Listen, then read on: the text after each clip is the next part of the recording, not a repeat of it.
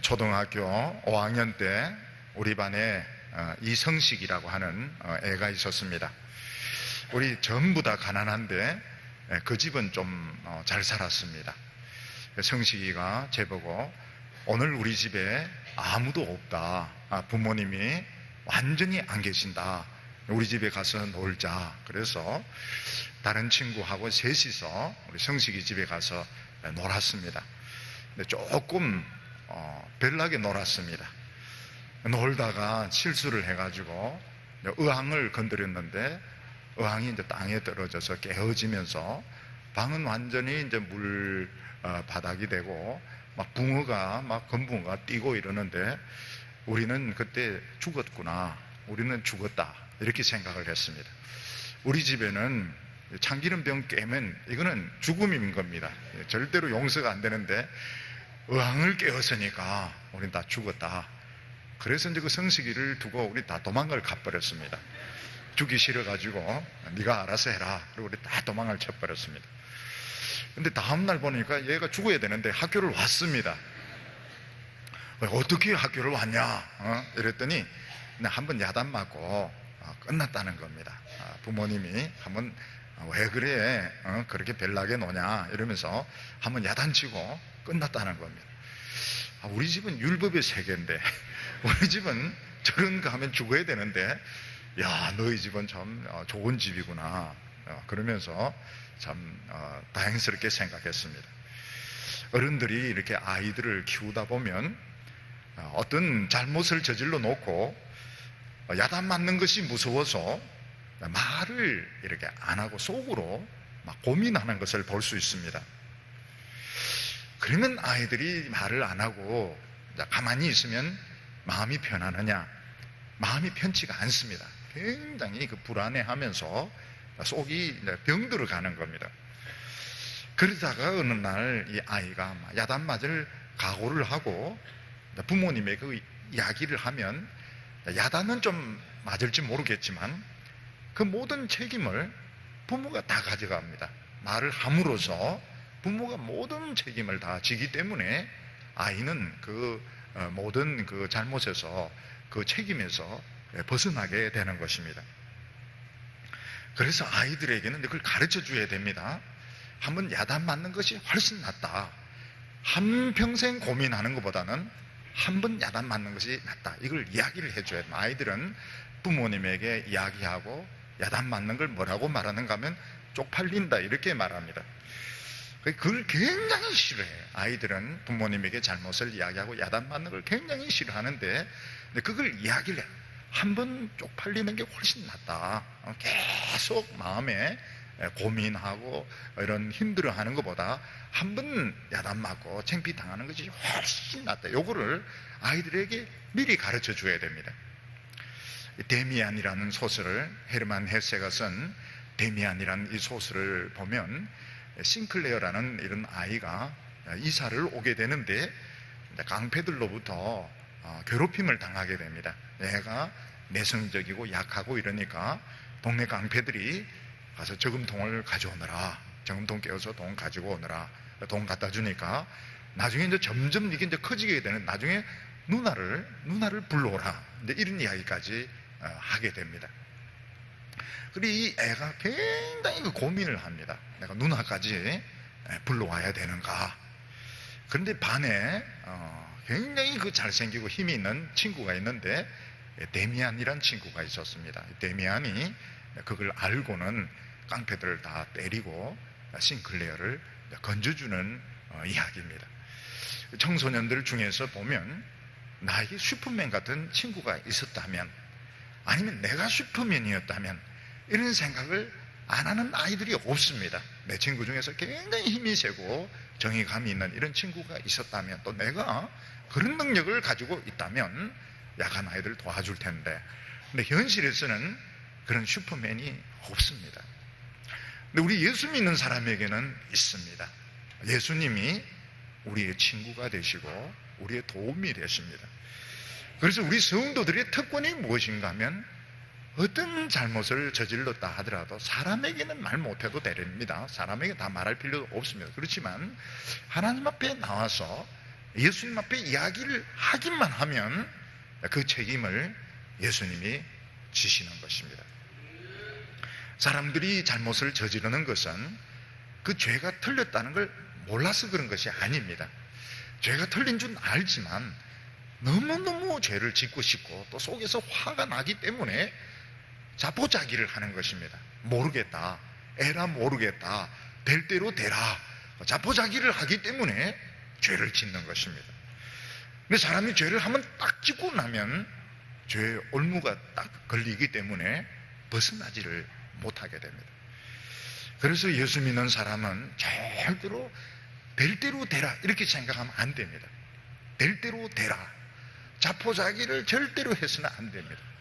말씀을 계속 들으라고 권면을 하는 이유는 말씀을 들으면은 경보기가 딱 켜지게 됩니다.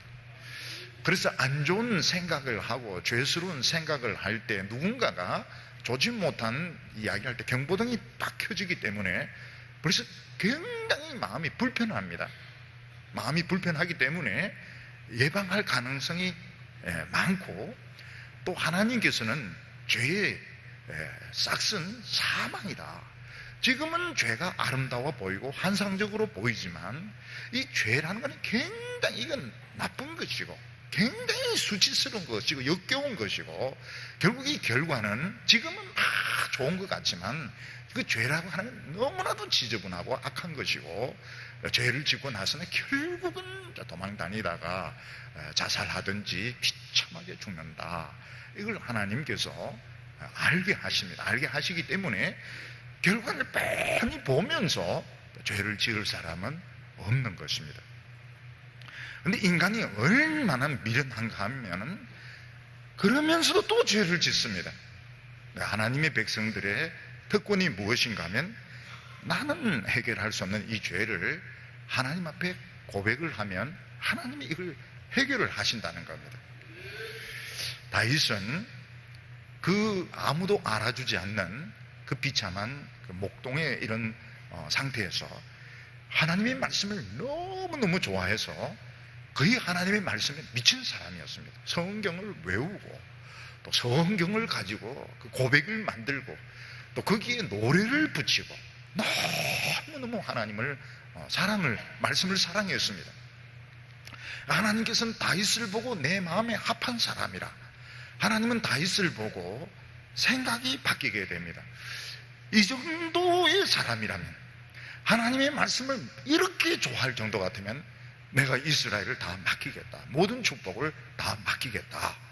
그래서 다윗은 이스라엘의 왕이 되고 모든 양떼들을 다 맡게 되고 부귀 영화 축복을 다 맡게 됩니다.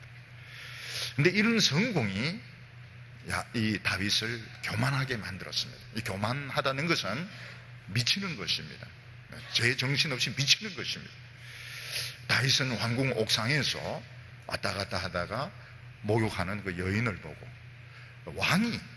기름 부은 왕이 다른 사람 목욕하는 거 몰래 본 것도 떳떳하지가 못합니다. 뭐 어쩔 수 없이 봤다 하더라도 빨리 내려와야 되는데 좀 계속 자세히 본 것 같아요. 그리고 그 여자를 또 부르고, 또 그리고 정욕을 못 참아서 관계를 하고, 그리고 그 여성이 임신을 하게 되니까 죄를 이제 은폐를 시키기 위해서 남편을 불러옵니다. 전쟁터에 있는 남편을 불러와서 집에 가서 자라. 음식도 주고 뭐 음료수도 주면서 집에 가서 자라. 근데 이 신하가 남편이 너무 사람이 고지식한 겁니다. 너무 정직한 겁니다. 좀 사람이 좀 유들유들하고 좀 그러면은 안 죽습니다. 너무 사람이 정직하고 충성되니까 내 상관이 전쟁터에 있고 하나님의 법궤가 전쟁터인데 내가 어떻게 집에 가서 부인하고 노닥거리겠느냐. 문지기들을 하고 잡니다. 그러니까 결국은 요압 장군에게 이놈을 죽이라 하는 살인의 명령서를 주어서 보내서 죽게 만드는 겁니다. 우리가 이것을 보면 똑같은 사람인데 성령 충만할 때는 너무너무 천사 같습니다. 너무너무 사람이 그렇게 좋을 수 없습니다. 그런데 똑같은 사람이 한번 못되게 변하면 너무너무 악질이 되고 똑같은 사람이 진짜 정말 놀라울 정도로 악해질 수가 있는 것을 우리가 여기서 볼 수가 있습니다. 다윗은 죄를 저질렀습니다. 사람도 죽었습니다. 수습이 안 되는 겁니다. 다윗은 자백을 안 하는지 못하는지, 아마 못할 가능성이 많습니다. 너무 하나님으로부터 사랑과 축복을 많이 받았는데 이런 죄를 짓고 나서는 미안해서라도 자복을 못하는 겁니다. 자복을 못하면 죽습니다. 하나님은 다윗을 죽이게 됩니다. 근데 하나님은 다윗을 죽이기가 너무 아까우니까 결국 나단 선지를 통해서 죄를 자복하게 하고 다윗이 죄를 자백을 해서 회개를 합니다. 그리고 하나님은 다윗을 때리십니다. 굉장히 아프게 때리십니다. 그리고 하나님은 다윗을 싸매어 주시고 위로해 주는 것을 볼 수 있습니다. 오늘 성경 말씀을 보면 세 가지가 나오는데 다윗이 죄를 회개하는 것이 나오고, 하나님이 다윗을 쳐셔서 아프게 하는 것이 나오고, 그 다음에는 아파하니까 하나님이 다윗을 싸매어 주시고 위로해 주시는 것을 보게 됩니다. 이 세 가지를 통해서 하나님이 다윗을 얼마나 사랑하시는가. 히브리서에 보면 아버지가 사랑하는 자녀를 징계를 하느니라. 사랑하는 아이가 잘못하면 아버지가 때리느니라. 하나님은 우리를 멀리서 다른 사람 보듯이 구경하는 것이 아니고 너무너무 하나님이 사랑하셔서 우리가 못된 생각하고 못된 행동을 할 때는 아프게 하시고, 또 우리가 회개할 때는 하나님이 싸매어 주시고 위로해 주시고 축복해 주시는데, 이것을 통해서 하나님이 얼마나 우리를 사랑하시는가, 이것을 깨닫고 하나님 앞에 더 담대한 믿음이 되기를 바랍니다. 오늘 첫 번째는 이 다윗이 드디어 1년 동안 회개하지 않았던 것을 하나님 앞에 회개하는 것을 볼 수 있습니다. 이 회개를 잘못 생각하면 죄 짓고 죄를 지을 수밖에 없던 자신에 대해서 슬퍼하는 것으로 생각하기 쉽습니다. 죄를 짓고 나서는 어라 나는 죄를 지었도다, 참 너무너무 슬프구나, 이거는 회개가 아닙니다. 이거는 회개가 아닙니다. 이 회개라고 하는 것은 죄 지은 것을 다 토해내야 됩니다. 전부 다 토해내야 되고, 그리고는 다시는 죄 짓지 않는 어떤 결단을 내리는 겁니다. 물론 인간이기 때문에 또 넘어질 수 있습니다. 그러나 그때는 그때고, 다시는 하나님 앞에 죄 안 짓겠습니다, 나는 이런 결심을 합니다, 다 토해내고 결단까지 내리는 것을 회개라고 말하는 것이지, 죄 짓고 나서 숨어 있으면서 슬프다, 기분이 안 좋다, 이거는 이제 회개가 아닌 것입니다. 종교개혁자들이 이야기한 것이 뭔가 하면 회개, 메타노이아는 참회가 아니라는 것입니다. 참회가 아니다. 다른 종교에서는 보면 죄를 짓고 참회를 합니다. 참회는 뭔가 하면 죄를 지은 자기 자신에 대해서 슬퍼하고 안타깝게 생각하는, 이거는 회개가 아니라는 거예요. 회개는 토해내고 결단을 내리는 것이 회개인 것입니다. 사람들이 이제 술 마실 때는 술이 이제 잘 넘어간다 그래요. 경험이 있는 분들은 아시겠지만 술이 잘 넘어간다고 합니다. 근데 이 술이 몸에 맞지 않는 사람은 토해내게 되는데, 토해내는 것이 얼마나 괴로운지 몰라요. 막 이제 토해내는데, 제 형 중에 보면은 술이 몸에 안 맞는 형이 있었습니다. 그리고 친구들하고 어울려가지고 술 마시고 밤에 오면 어머니에게 안 들키려고 창문에 돌을 딱 던지면 제가 이제 창문 열어주면 창문으로 들어옵니다. 그리고는 막 토하는 거. 화장실에 가는데 안 돼. 이게 안 되는 거예요. 그래가지고 막 등 두드려주고 막 이러는데 굉장히 힘들어 합니다. 굉장히 힘들어요. 그러니까 죄라고 하는 것은 이 토해내야 되는 겁니다. 수면제 마시고 자살을 기도했을 때 병원에 가면 위세척을 합니다. 굉장히 괴롭. 저는 여러 번 봤습니다. 위세척하는 걸 여러 번 봤는데 굉장히 괴로워하면서 그 안에 있는 약을 다 토해내야 살 수 있고, 너무 늦으면 또 안 되는 것입니다. 마찬가지로 우리가 인간이기 때문에 참 죄는 나쁘다, 죄는 참 더러운 것이다 알지만 사탄이 속여가지고 죄가 환상적인 줄 알고 잘못해서 죄를 지었을 때 우리는 그거를 수습할 수가 없습니다. 하나님 앞에서 이걸 막 토해내야 됩니다. 토해내고 다시는 안 하겠습니다. 다시는 안 하겠습니다. 이런 결단까지 가는 것을 회개라고 말합니다. 오늘 13절에 보면 다윗이 나단에게 이르되 내가 여호와께 죄를 범하였노라 하매 나단이 다윗에게 대답하되 여호와께서도 당신의 죄를 사하셨나니 당신이 죽지 아니하려니와. 무슨 말입니까? 다윗이 자신의 그 체면을 내세우고 나는 왕인데 내가 이만큼 훌륭한 업적을 남긴 사람인데 그러면서 회개 안 하고 있었더라면 하나님은 다윗을 죽이려고 생각했던 겁니다. 다윗이 어떻게 죽느냐? 갑자기 막 복통이 일어나서 죽을 수도 있고 전쟁터에서 화살이 나서 죽을 수도 있고 또 부하가 반역을 해서 죽을 수도 있는데 하나님의 계획은 다윗이 더 이상 회개하지 않고 고집을 부리고 있었더라면 하나님의 계획은 다윗을 죽이려고 하고 있는 것입니다. 그러면 사람들은 모릅니까? 압니다. 결국은 전부 다 알게 됩니다. 다윗이 왜 죽었느냐? 다윗이 저렇게 부하의 그런 부인과 잘못된 관계를 하고 또 그 남편을 죽게 했기 때문에 하나님이 다윗을 치셨다. 이걸 모든 사람이 다 알게 되는 것입니다. 결국은 다윗이 이걸 토해냅니다. 내가 그렇게 했다고. 내가 하나님 앞에 그렇게 사랑을 받고 축복을 받으면서도 내가 참 미쳤는가 보다고. 그래서 내가 여자를 관계를 했고 남편을 죽게 했다고 이걸 다 고백하고 토해내는 것입니다. 그리고 다윗은 살게 됩니다. 가룟 유다는 예수님을 따라다니면서 병도 고치고 귀신도 쫓아내고 그 능력의 말씀도 들었습니다. 근데 가룟 유다는 끝까지 예수님을 하나님의 아들로 안 믿었습니다.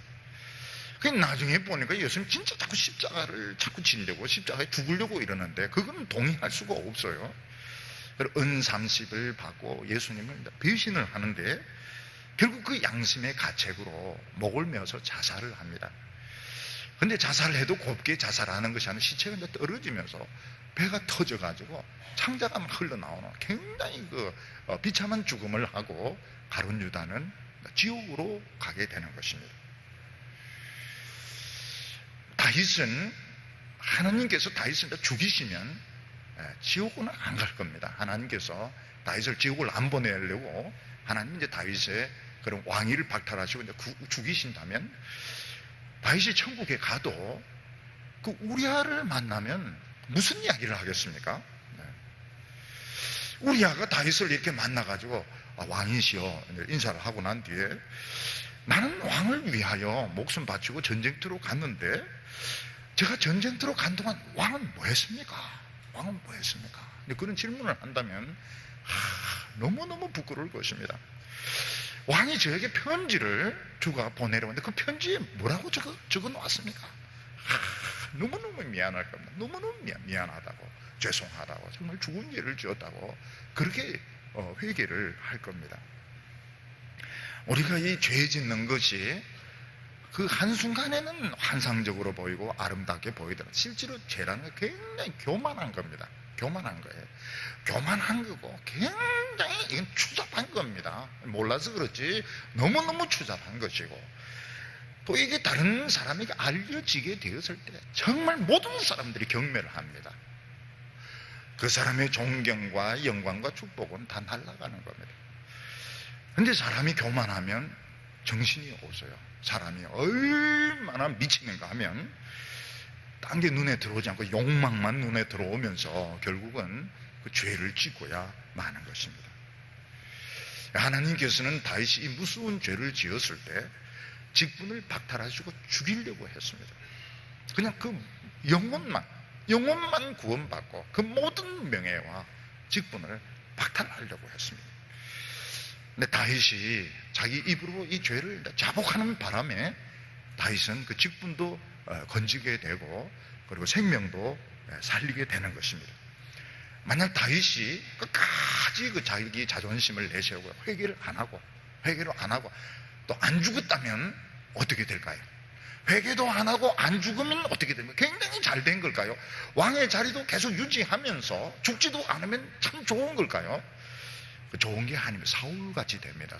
사울은 하나님 앞에 죄 짓고 죽지도 않고 왕직도 뺏기지도 않고, 그렇지만 성령이 떠나니까 모든 사람을 의심합니다. 모든 사람이 자기 왕위를 뺏으려고 하는 것처럼 모든 사람을 의심하게 되고, 그리고 우울증에 걸리게 되고 정신분열증에 걸리게 되고, 그리고 나중에는 신경쇠약에 걸리게 되고, 나중에는 어떻게 무당까지 찾아가게 됩니다. 그리고는 죽고 지옥에 갑니다. 사울은 지옥에 갔습니다.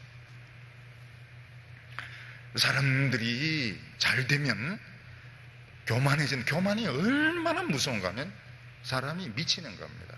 미쳐가지고 나는 죄를 지어도 괜찮은 것처럼, 나는 다른 사람을 없애도 무시해도 되는 것처럼 이런 생각을 하게 되면 굉장히 위험한 겁니다. 다윗은 잠시 교만하고 정욕에 지는 바람에 지금까지 쌓았던 명예, 지금까지 쌓았던 그 업적들, 축복들, 왕의 직분들 다 하나님 그걸 죽이려고 생각을 했습니다.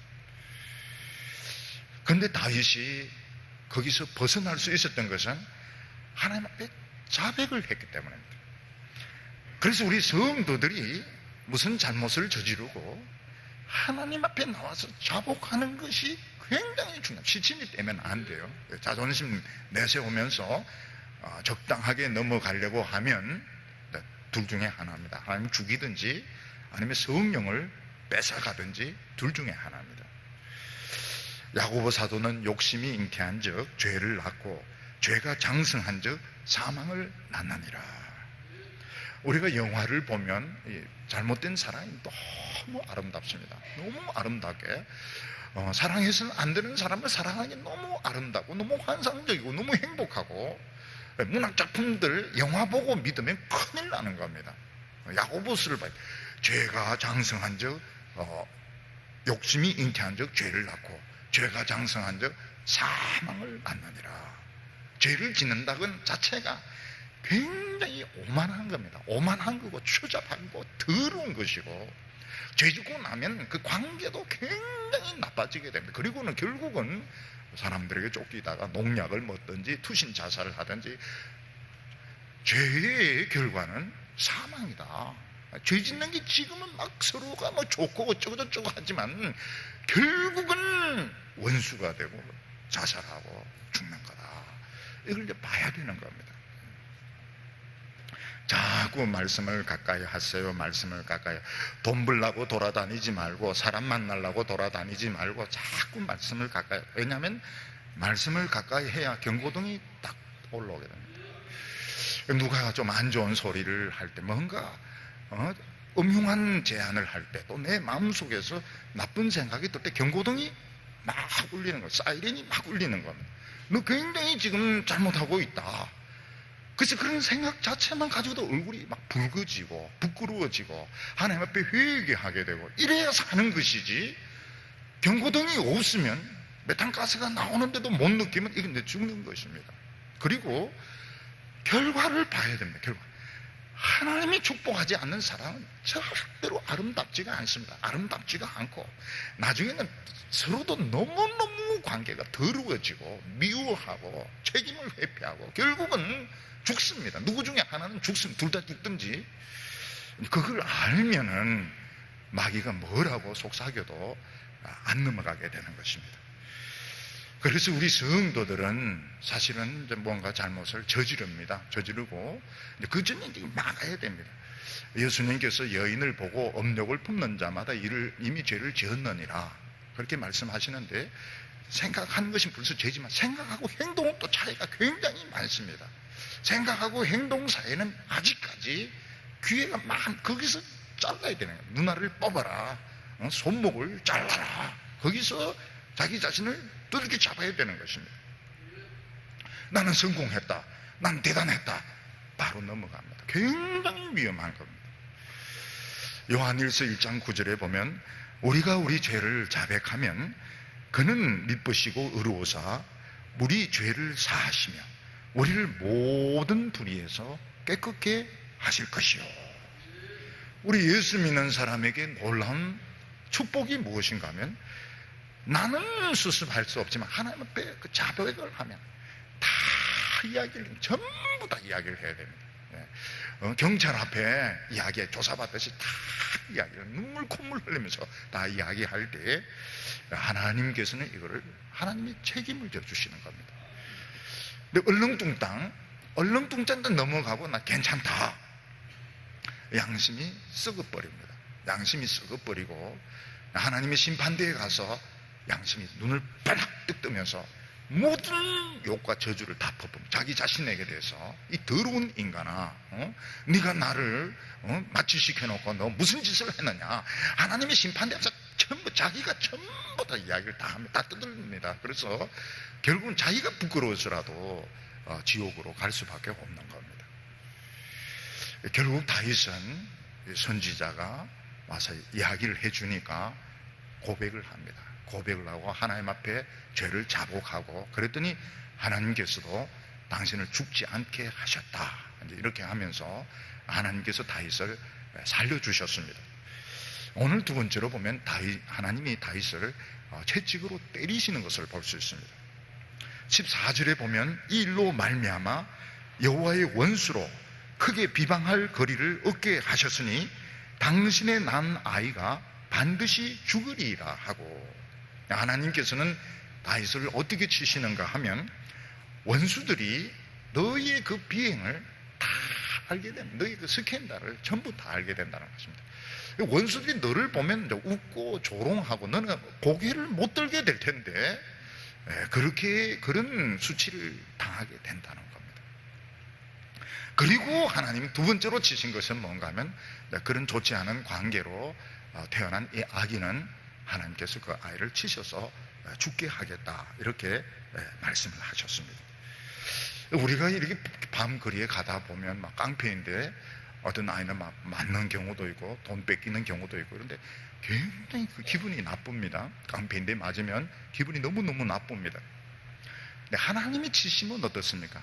하나님이 치시면 너무너무 아프게 치십니다. 너무너무 고통스럽게, 진짜 고통스럽게 치십니다. 그래서 하나님인데 한번 맞았던 사람 뭐라고 말합니까?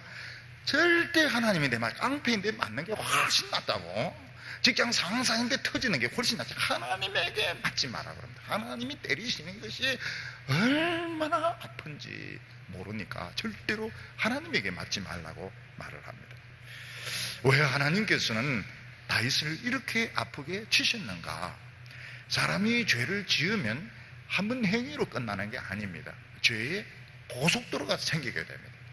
죄를 한 번 지으면 고속도로에 올라타면 그냥 자동적으로 그냥 가는 겁니다. 무의식적으로. 죄를 한 번 지은 사람은 그냥 그런 상황이 오면 안 와도 무조건적으로 그냥 의식 없이 죄를 짓게 되어 있습니다. 습관적으로 새로운 습관이 생기는 것입니다. 이걸 막으려고 하면 이 고속도로를 부수어야 됩니다. 옛날에 생겼던 이거를 부수어야 되고 또 새로운 길을 만들어야 됩니다. 이렇게 하려고 그러면 그냥 안 하겠습니다, 이런 이런 결심으로는 안 되는 것입니다. 그래서 하나님께서는 다윗의 이 비행을 폭로를 시킵니다. 그래서 다 압니다. 모든 세계 사람들이 이걸 다 압니다. 그 당시 사람들도 다 알았습니다. 다윗은 완전히 망신을 당하고 고개를 못 드는데, 고개를 못 들어야 다윗은 안전한 것입니다. 그동안 다윗은 너무 고개를 많이 들은 거예요. 너무 뻣뻣한 거예요. 너무 잘났어요. 너무 훌륭하고 너무 칭찬 많이 받고 너무 사람들에게 사랑받고 이러면서 고개를 막 뻣뻣하게 들고 이러다가 딱 넘어졌기 때문에 다시는 고개를 못 들도록 고개 숙이고 다니도록 이렇게 만들어 놓으셨습니다. 그래서 우리 성도님들도 다닐 때 너무 이렇게 고개를 콧구멍을 들고 쳐들고 이렇게 그렇게 하지, 그 참 보기가 싫어요. 고개가 약간 이렇게 바보같이 조금 겸손하게 이렇게 해야지. 어떤 사람은 막 뒤로 넘어가려고 합니다. 얼마나 잘났고 똑똑한지 보기가 싫어요. 다른 사람들이 보기도 싫습니다. 그런데 하나님도 똑같아요. 하나님도 그거 보기가 싫어요. 그래서 다윗을 고개를 못 들도록 딱 만들어서, 고개를 못 들면서 다윗은 다시 내면적으로 수습이 되는 것입니다. 존경받던 목사님이 무슨 잘못을 저질렀는데 교인들이 알게 되고 이러면 굉장히 부끄럽습니다. 굉장히.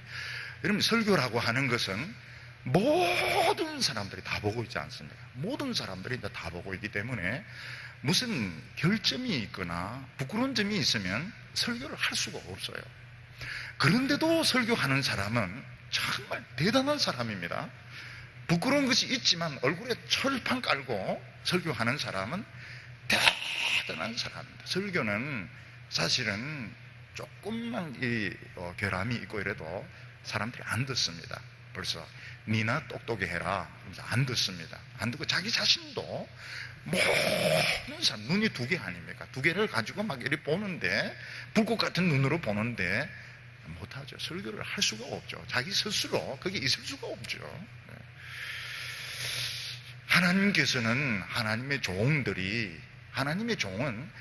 거의 천사 같은 대접을 받습니다. 사람들이 말은 그렇게 안 하고 이래도 사실 마음으로는 믿습니다. 마음으로 믿고 존경을 하는 거, 하나님의 그 양떼들, 많은 어린이로부터 어른들까지 여성들, 많은 사람들 다 맡기는 거죠. 전부 다 맡기는 겁니다.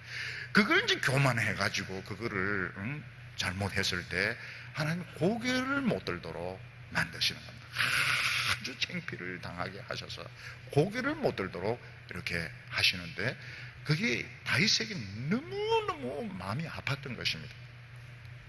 다윗은 지금까지 하나님의 그 축복으로 정말 그 흠이 없었습니다. 다윗 사울에게 쫓기고 이렇게 오해를 받고 이래도 흠이 없었습니다. 근데 이 한 번 죄를 딱 지음으로써 그 가치가, 사람의 가치가 그 천사에서 똥값으로 딱 떨어지는 겁니다. 완전히 바닥으로. 그게 다윗에게는 너무너무 큰 고통이었습니다. 조심해야 됩니다. 하나님의 종들은 굉장히 조심해야 됩니다. 그리고 또 하나님께서는 그 밧세바와 사이에 잘못 태어난 아이를 하나님께서 치셔서 죽게 하겠다, 이렇게 말씀하셨습니다. 그런데 다윗은 이 아이를 살려달라고 결사적으로 매달립니다. 어느 정도 결사적으로 매달리면 금식을 하고 막 울면서 이 아이를 살려달라고 하나님 앞에 막 결사적으로 매달렸습니다. 근데 이게 어떻게 보면 다윗의 참 좋은 장점입니다. 대개 이 어른들이 보면 뭔가 집에 잘못되면 아이들의 책임으로 돌립니다.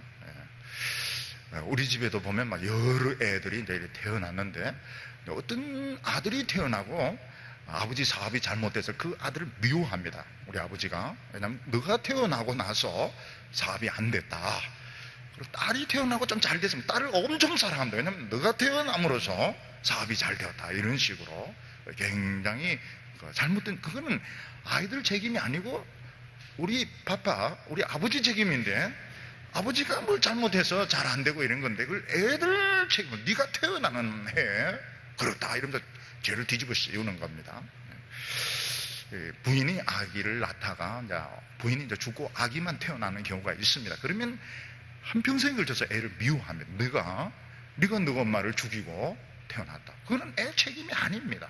애 책임이 아니고 그건 어른의 책임인 겁니다. 어른의 책임인데 애를 미워하는 거예요.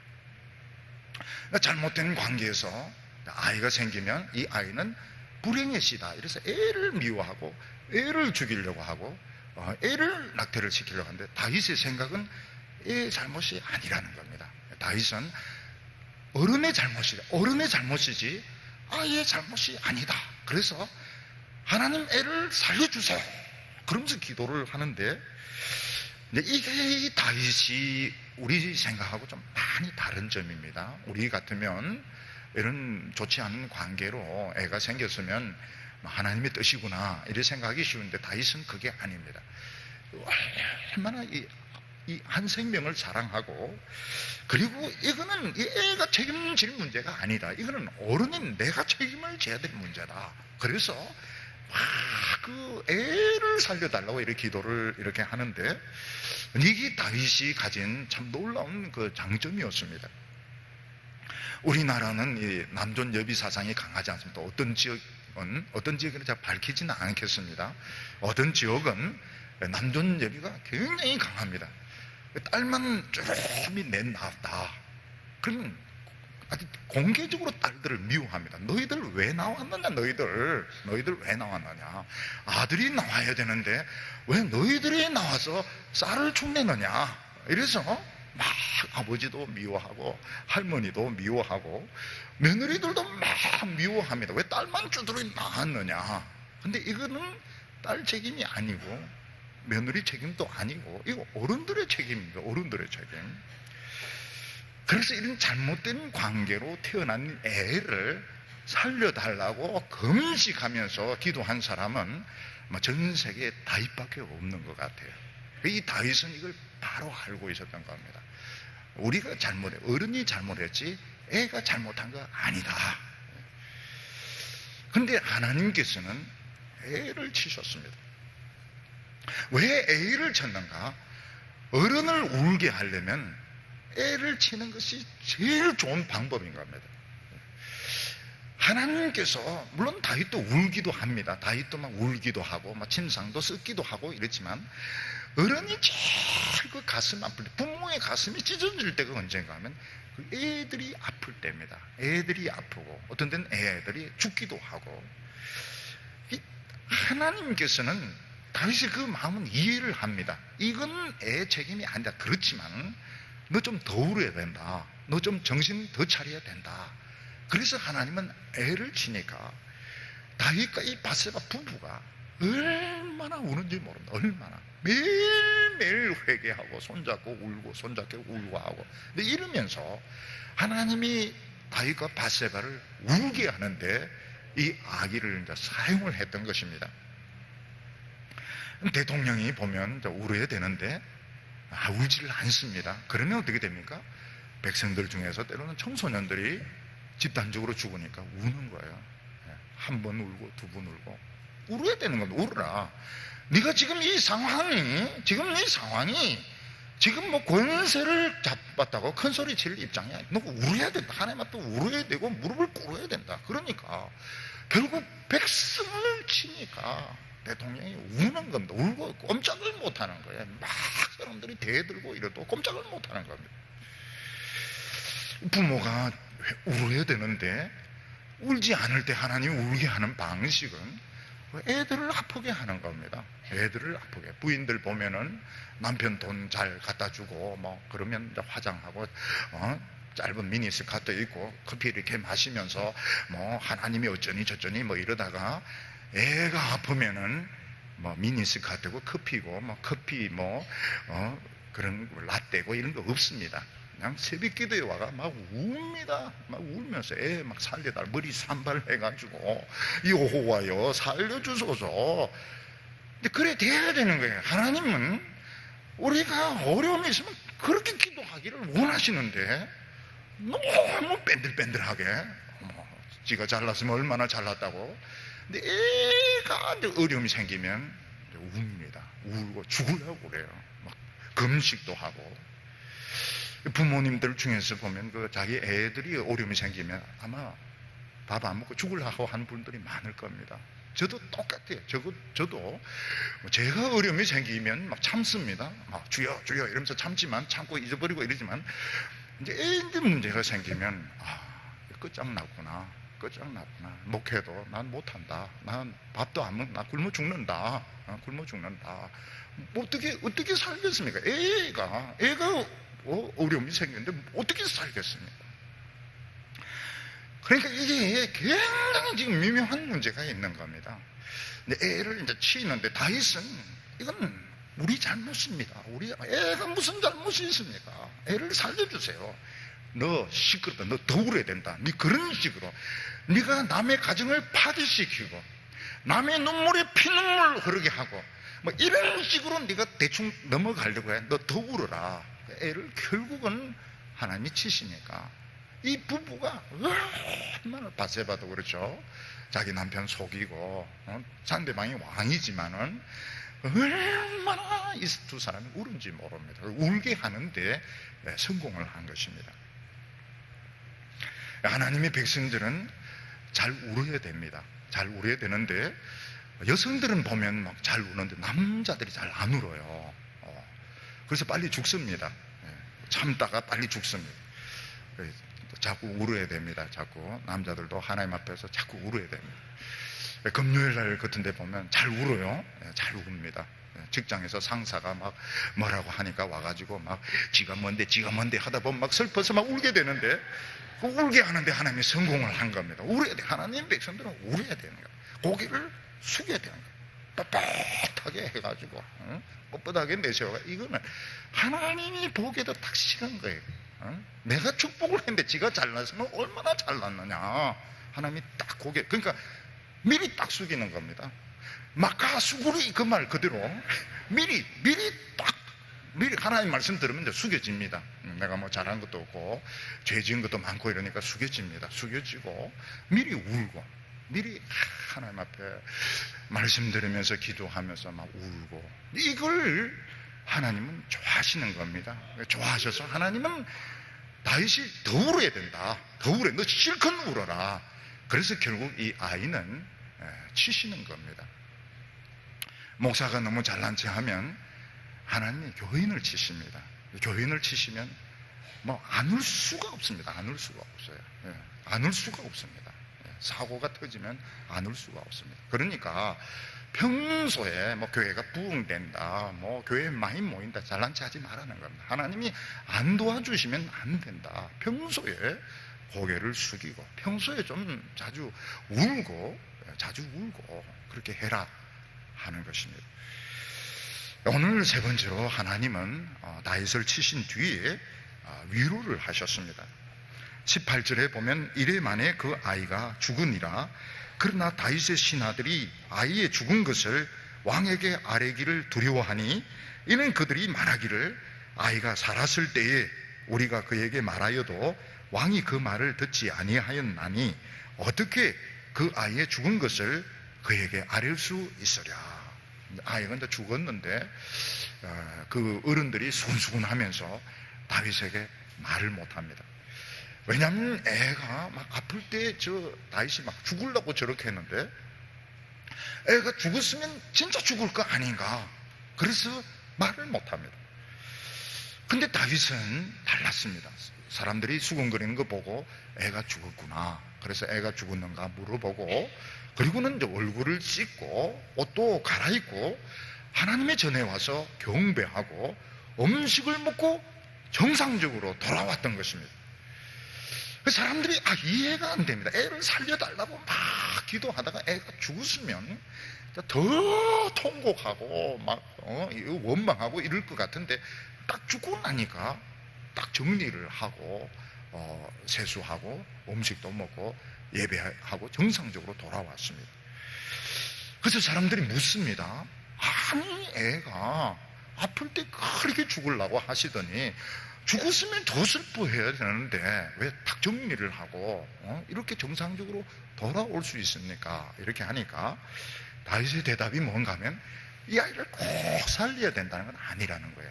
이건 내가 하나님 앞에서 내가 뭐 하나님이나 되는 것처럼 애를 살려주십시오 하면서 강군한 것이 아니고, 아직 살아있으니까, 하나님은 너무너무 자비하시니까 아직 살 가능성이 있으니까 내가 간절히 매달린 것이고, 하나님이 이 아이를 천국으로 데려갔다는 자기는 압니다. 하나님은 이 아이를 죄씨가 아니고 하나님은 우리의 눈물을 보시고 이 아이를 천국으로 데려가셨다. 그래서 우리는 이 일을 하나님께 맡겼기 때문에 이제 더 이상 활가할 필요가 없다. 우리는 이제 이 문제를 털어버리고 하나님 앞에서 이제 깨끗한 마음으로 새 출발하겠다 하는 것입니다. 이걸 보면 신학이 얼마나 중요한지 모릅니다. 신학 없이 감정적으로 믿는 것은 이 해결이 안 되는 것입니다. 이 아이들이 죽을 수도 있으면 죽을 수 있지만 정말 그 아이들이 그 안에서도 막 기도하고 또 밖에서도 기도하고 이랬다면 하나님께서 이 아이들을 천사들을 와서 데리고 가고 하나님께서 이 아이들을 맡아주셨고 이걸 좀 믿고 정리를 하고 하나님께 감사드리고 영광을 돌려드리고 이런 게 이제 우리 신자들의 순서인데, 이 하나님을 안 믿는 사람은 거기서 하나님이 데려가셨다 이걸 못 믿으니까 막 거기서 무너지게 되고 절망을 하게 되고 다른 사람을 원망하게 되고 이 수습이 안 되는 것입니다. 저희들은 이제 교인들이 많이 아프실 때 이런 입장을 가지고 아직 살아계시니까 하나님께 살려달라고 막 기도를 합니다. 막 기도를 합니다. 아직까지 중한 일 하시더라도 아직 살아계신 동안에는 합심해서 살려달라고 막 기도합니다. 그러나 돌아가실 수도 있습니다. 돌아가실 수도 있습니다. 하나님, 만약 우리 이 교인 안 살려주시면 각오하십시오. 우리도 생각이 다 있습니다. 이거는 협박인 겁니다. 하나님을 협박하면 안 됩니다. 하나님께 협박하면 아직은 살아있으니까 하나님 앞에 기회가 있으면 살려달라고 막 이렇게 기도하면 데려가시더라도 본인이 굉장히 그 믿음으로 준비되어 가지고 본인이 잘 준비되어 가지고 가시고 참 너무너무 그 유족들에게도 위로가 되는 것을 볼 수 있습니다. 그래서 우리는 꼭 살려주십시오. 살아있으니까 살려달라고 하지만 하나님께서 또 데려가시면 또 그걸 인정을 해드려야 됩니다. 하나님께서 데리고 가셨구나. 하나님께서 천국으로 데려가셨구나. 그걸 이제 인정을 하고 세수를 하고 수염도 깎고 옷도 갈아입고 하나님께 감사 예물도 드리고 그렇게 하면 돼요. 성도님들이 하나님께 감사 예물도 드리고 정상적인 이런 상태로 돌아가게 되는 겁니다. 하나님께서 다윗을 정리시켜 주셨습니다. 이 아이가 죽었을 때 이 아이가 죄의 씨앗이 아닌 어린 아이지만은 태어난 지 얼마 안 되지만은 일주일밖에 안 되지만 하나님께서 천국으로 데려가셨다. 이걸 믿고 다윗은 정리를 하게 되는 겁니다. 그리고 하나님은 이제 축복을 하기 시작하시는데 밧세바가 두 번째로 또 임신을 해서 아이를 낳게 됩니다. 위로를 해주셨습니다. 24절에 다윗이 그 아내 밧세바를 위로하고 저에게 들어가 그와 동침하였더니 그가 아들을 낳음에 이름을 솔로몬이라 하니라. 여호와께서 그를 사랑하사 선지자 나단을 보내사 그 이름을 여디디아라 하시니 이는 여호와께서 사랑하심을 인함이라. 하나님은 밧세바를 사랑하셨습니다. 밧세바가 참 너무너무 슬픈 여자입니다. 다윗의 사랑을 받아서 참 좋기는 하지만 자기 남편도 죽고 또 아기도 죽고 이러기 때문에 밧세바는 참 슬픈 여인이었습니다. 근데 하나님께서는 이 밧세바를 위로하셔서 새로운 아이를 낳게 하셨는데 솔로몬이라는 그 아들이 태어나게 됩니다. 하나님께서는 솔로몬에게 또 다른 이름을 주셨는데 여디디아라는 이름을 주셨는데 여디디아는 사랑받은 자 이런 뜻을 가지고 있습니다. 솔로몬은 평화, 안정 이런 뜻인데 다윗이 마음이 불편했던 것 같아요. 근데 이 두 번째 아이 솔로몬이 태어나고 나서 다윗은 마음에 이제 완전한 평화를 얻고 안정을 얻었기 때문에 아이 이름을 솔로몬이라 이렇게 지었습니다. 근데 하나님은 솔로몬을 너무너무 사랑하셨습니다. 솔로몬은 왕이 될 수 없는 사람입니다. 솔로몬하고 형들하고 나이 차이는 20살 이상 납니다. 솔로몬이 왕이 될 때가 10대 청소년이었는데 형들은 다 장년들이었습니다. 근데 하나님은 이 어른들을 제치고 이 청소년을 왕이 되게 하시고 성전을 지게 하시고 복이란 복을 다 부어주셨던 것입니다. 그러니까 솔로몬은 자기 어머니가 그렇게 떳떳하지 못합니다. 자기 어머니와 아버지의 관계가 떳떳하지 못합니다. 형들은 그걸 알고 솔로몬을 좋아하지 않았습니다. 근데 하나님께서는 죄가 더한 곳에 하나님의 은혜도 넘친다고 이 회개하는 자에게 복을 많이 주셨습니다. 최고로 정말 최고로 복받은 여디디아 솔로몬을 하나님께서 허락해 주셨던 것입니다. 그리고 하나님께서는 또 복을 주셨는데 다윗의 그 신하들에게 치욕을 안겨다 주었던 이 암몬 족속의 그 수도 라빠를 결국은 함락을 시키게 됩니다. 요압 장군은 라빠를 거의 그 함락시키게 되었을 때 자기가 함락시키면 자기 이름이 남게 되니까 결국은 다윗을 불러가지고 다윗이 치게해서 다윗이 정복한 것으로 이렇게 이름을 남깁니다. 이게 요압의 바른 태도죠. 신하는 항상 이 왕의 이름, 자기 그 주인의 이름을 나타내야 되는 것입니다. 다윗은 거기 이제 라빠를 쳐서 정복을 하고 왕관을 이제 얻게 되는데, 이 왕관은 무게가 한 달란트였습니다. 한 달란트는 30kg입니다. 30kg 왕관을 쓰는 겁니다. 여러분 30kg가 어느 정도 되시는 줄 알죠? 쌀 한 2말 되는 걸 머리에 탁 이렇게 쥐고 있으면은 아마 굉장히 무거울 겁니다. 아마 이거는 쓰라고 있는 것은 아닌 것 같아요. 그냥 금전적인 가치로 이렇게, 그 30kg, 한 달란트 되는 건 무거워서 쓸 수가 없습니다. 우리나라 금관은 어떻습니까?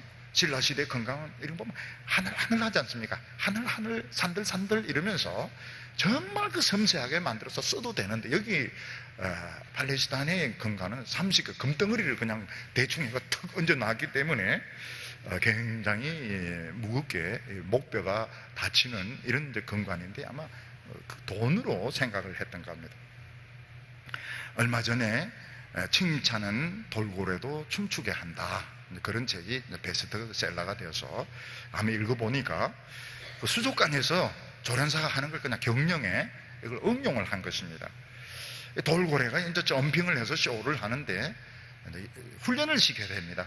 그러면 수면에서부터 이제 줄을 이렇게 만들어 가지고 넘어가면 상으로 물고기를 주고, 그 다음에 조금 올리고 이제 점핑을 하면 또 상을 주고, 그래서 이제 상을 주면 굉장히 높은 자리까지 점핑을 할 수 있다는 겁니다. 근데 물고기 상만 준다 해서 점핑을 안 한답니다. 어떤 때는 고집을 부리고 점핑해라고 해도 안 할 때가 있습니다. 그러면은 격리를 시켜서 굉장히 슬프도록 사람들도 구경 안 해주고 친구들도 보지 못하고 이렇게 해서 벌을 줌으로, 페널티를 줌으로써 점핑하는 것이 나에게 유익하구나, 이걸 이제 돌고래로 하여금 깨닫게 해서 점핑하도록 한다, 이렇게 되어 있습니다. 우리 성도들에게는 참 많은 위로와 격려가 필요할 때가 많습니다. 근데 하나님께서는 우리 성도들이 큰 고난을 겪었을 때, 큰 어려움을 겪었을 때 하나님께서는 많은 위로를 해주십니다. 많이 울었을 때 하나님께서는 참 품에 안으시고 물질로도 위로해 주시고 사람으로도 위로해 주시고 여러 가지로 위로를 해 주시는데, 마치 이제 이 스킨십과 같은 것입니다. 부모가 애가 잘 되라고 이렇게 때렸지만은 애가 막 울고 막 이렇게 하면 또 가슴에 안고 등도 두들겨 주고, 그리고 사탕도 사주고 이제 이러면서 이제 달래는 것처럼 하나님께서도 그렇게 하시는 겁니다. 때리시고 싸매어 주시고 위로해 주시는데, 이런 것을 통해서 하나님이 얼마나 우리를 사랑하시는가. 대단히 죄송한 이야기지만 하나님에게는 우리밖에 없습니다. 하나님에게는 우리가 재산입니다. 하나님이 우리의 전 재산입니다. 우리를 보면 하나님의 기업이다. 하나님의 기업이 뭡니까? 최고로 중요한 재산. 하나님은 우리밖에 없어요. 진짜일까요? 다른 것도 많을 텐데요. 있지만 하나님은 우리를 그만큼 사랑하시고, 하나님은 우리에게 그만큼 관심이 많으시고, 그만큼 예민하게 하나님은 우리에게 반응을 하시는 겁니다. 우리 성도님들은 우리 결심을 하십시다. 우리 하나님의 마음을 아프게 하지 말자. 하나님을 실망시켜드리지 말자. 그리고 마귀가 뭐라고 속삭이고 사람들이 뭐라고 속삭여도 그거는 우리와 상관이 없습니다. 중요한 것은 하나님이 우리에게 중요한 것이지, 사람이 뭐라고 마귀가 뭐라고 하는 것은 그건 우리 들을 필요가 없는 것입니다. 우리가 이 다윗이 참 이런 많은 눈물을 흘리고 수치를 당하고 이러면서 정신을 차리는데, 우리가 이걸 보게 되는 것은 미리 빠지지 말라는 것입니다. 경고등, 죄의 경고등을 켜가지고 안 좋은 생각이 떠오르고 안 좋은 제안이 오면 경고등이 불이 들어와야 됩니다. 불이 들어와야 되고 사이렌 소리가 들려야 되고, 그걸 가지고 이제 회개를 해야 되는 겁니다. 그리고 설사 우리가 너무 미련해서 정말 하나님 앞에 부끄러운 죄를 지었을 때는 다 토해내시고, 전부 다 토해내시고 결심을 해서 하나님의 위로를 받고 축복을 받는 성도들 다 되시기를 바랍니다. 기도드리겠습니다. 거룩하신 하나님 아버지, 늘 잘난 체 하면서 늘 죄의 유혹에 흔들리는 저희들을 하나님께서 이토록 사랑하여 주시고 붙잡아 주심을 감사합니다. 다윗의 이 고통스러운 이야기를 들으면서 우리가 미리 회개하게 하시고 미리 정신 차리게 하여 주셔서 절대로 수치를 당하지 않게 하여 주시고 하나님 앞에 직분을 빼앗기지 않게 하여 주시고 하나님께 끝까지 영광 돌려드리는 우리 성도들, 중직자들 다 되게 하여 주시옵소서. 예수님의 이름으로 기도하옵나이다.